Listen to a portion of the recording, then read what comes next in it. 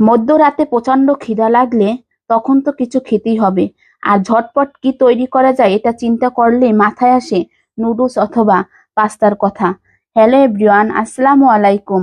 Welcome back to my channel Tamanna Hossain blogs. আজকে আমি আপনাদের সাথে শেয়ার করব কিভাবে সহজ পদ্ধতিতে মাত্র 2 থেকে 3 মিনিটে ঘরে বসে অল্প সময়ে পাস্তাটা রান্না করবেন, তারই রেসিপিটি শেয়ার করব। আর এর জন্য চুলায় একটি ফ্রাই প্যান বসিয়ে এর ভিতরে দিয়ে দিবেন পেঁয়াজ কুচি আর কাঁচামরিচ। এগুলো দিয়ে হালকা সামান্য নাড়াচাড়া করে তেলে ভেজে নিবেন। তারপর এর ভিতরে দিয়ে দিবেন 2টো ডিম। ডিমের উপর দিয়ে দিবেন সামান্য হলুদের গুঁড়ো আর লবণ। এগুলো দিয়ে ডিমটাকে আবার নাড়াচাড়া করে ভাজা ভাজা করে নিবেন। এরপর এর ভিতরে দিয়ে দিবেন কিছু টমেটো কুচি। তারপর এটাকে নাড়াচাড়া করে যখন টমেটোটা অর্ধেক পর্যায়ে সিদ্ধ হয়ে আসবে ততক্ষণ রান্না করে নিবেন। এবার এর ভিতরে দিয়ে দিবেন সয়া সস আর টমেটো সস। এগুলো দিয়ে আবার কিছু সময় নাড়াচাড়া করে এর ভিতরে দিয়ে দিবেন সিদ্ধ করা পাস্তা।